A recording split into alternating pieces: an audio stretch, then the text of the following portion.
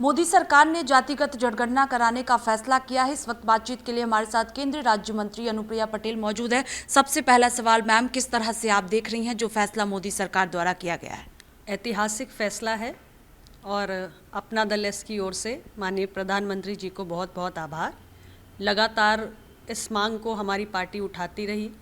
गठन के समय से आज तक संसद में भी कई बार इस विषय को मैंने उठाया और माननीय प्रधानमंत्री जी के समक्ष एनडीए के साथी के रूप में रखा भी। और मुझे प्रसन्नता है कि तमाम ऐसे विषय जो पहले भी हमने उठाए ओबीसी हितों के, उसके साथ साथ इस विषय का भी प्रधानमंत्री जी ने समाधान किया और एक बहुत बड़ा फैसला वंचितों के हक में लिया है। उसके लिए बहुत बहुत उनका अभिनंदन करती हूँ। मैम, एक सवाल ये भी है कि विपक्षी पार्टियों की ओर से लगातार कही जा रही है कि दबाव की वजह से ये फैसला सरकार द्वारा किया गया है, क्योंकि लगातार हम लोग ये मुद्दे को उठा रहे थे। ये विपक्षी पार्टियों का कहना है। देखिए, मैं दो बातें कहूँगी।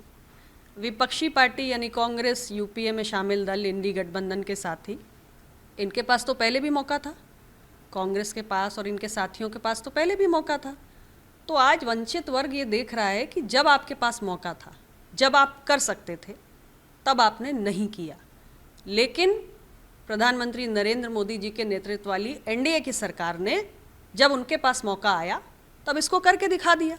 हमारी कथनी और करनी में कोई अंतर नहीं है, लेकिन आपकी कथनी और करनी में अंतर है। आज आप जब सत्ता से बाहर हैं तब आपको वंचितों की चिंता हो रही है, लेकिन जब आप सत्ता में रहते हैं तब आप कास्ट सेंसस नहीं करते हैं। और जहाँ तक दबाव जैसी बात है तो मैं सिर्फ इतना ही कहूँगी कि तीसरा कार्यकाल है हमारी सरकार का, और पिछले 2 कार्यकाल का भी रिकॉर्ड उठाकर देख लीजिए। एक नहीं, अनेक फैसले वंचितों के हक में हमारी सरकार ने किए हैं। ओबीसी कमीशन को कॉन्स्टिट्यूशनल स्टेटस देने का काम हमारी सरकार ने किया है। नीट की परीक्षा में पीजी एडमिशन्स में ओबीसी कोटा लागू नहीं था, हमारी सरकार ने किया। मैंने स्वयं इस विषय को प्रधानमंत्री जी के सामने उठाया। तो हमारी सरकार तो लगातार अपने तीसरे कार्यकाल में ये काम करती आ रही है। ये तो सिर्फ एक नया अध्याय जुड़ा है। सपा प्रमुख अखिलेश यादव कह रहे हैं कि पीडीए की जीत है, इंडिया गठबंधन की जीत है। लगातार मुलायम सिंह यादव नेताजी जिन सरकारों में भी रहे, उन्होंने पुरजोर तरीके से इस मुद्दे को उठाया है कि जातिगत जनगणना होनी चाहिए। समाजवादी पार्टी की सरकार तो यूपी में भी रही, कास्ट सेंसस क्यों नहीं कराया? कई बार रही, और उनकी पार्टी केंद्र में शामिल रही, बाहर से समर्थन करती रही। मुद्दा तो उठाया, लेकिन उनकी सुना नहीं किसी ने, वो करवा नहीं पाए। वो जिस सरकार में थे उस सरकार ने कास्ट सेंसस का फैसला नहीं किया। लेकिन एनडीए की सरकार जो मोदी जी के नेतृत्व में चल रही है, वहाँ जब एनडीए के सहयोगियों ने विषय उठाया तो हमारी सरकार ने फैसला कर दिया। यही अंतर है।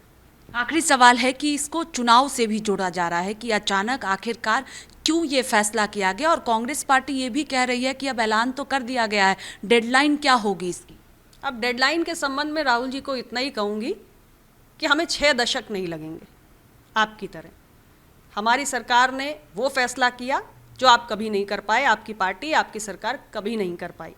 और सारी बातों को ध्यान में रखते हुए, क्योंकि कास्ट सेंसस इतने बड़े देश में करना, इसमें बहुत सारी तकनीकी बहुत सारी चुनौतियां आएंगी, उसको भी ध्यान में रखना है। सिस्टमैटिकली और ट्रांसपेरेंट मैनर में इसे कंडक्ट करना है। हम इसको भी बहुत जल्द करेंगे, और जैसे हमने कास्ट सेंसस कराने की घोषणा की है, इसका समय भी बताएंगे। 6 दशक नहीं लगने वाले हैं, इतना ज़रूर कहूँगा। चुनाव से भी जोड़ा जा रहा है मैम कि बिहार में इस बार चुनाव होना है इसी साल, इसीलिए ये फैसला किया गया है। इतना बड़ा देश है, चुनाव हर साल होते हैं। इस साल बिहार है, अगले साल तमिलनाडु, केरल है, पश्चिम बंगाल है, उसके अगले साल हमारा उत्तर प्रदेश है। हर साल चुनाव है। जिस साल करेंगे घोषणा, उस साल आप कहोगे कि यहाँ चुनाव है, वहाँ चुनाव है। कहीं ना कहीं तो हर वर्ष चुनाव है। चुनाव से इसका कोई लेना देना नहीं है। ये मसला सामाजिक न्याय के प्रति हमारे कमिटमेंट का है, हमारी प्रतिबद्धता का है। और इसलिए जो हमारी सरकार ने जब भी तय किया है कि सामाजिक न्याय से जुड़ा हुआ विषय है, वंचितों के, ओबीसी, एससी, एसटी समाज के हितों से जुड़ा हुआ विषय है, उसे करना है तो कर दिया है। ऐसे अनेक उदाहरण हैं। उसी तरह कास्ट सेंसस भी हमने तय कर दिया है कि अब हम देश में करेंगे। बहुत शुक्रिया बातचीत के लिए। कैमरा पर्सन सचिन के साथ स्वाति पाठक, भारत समाचार, दिल्ली।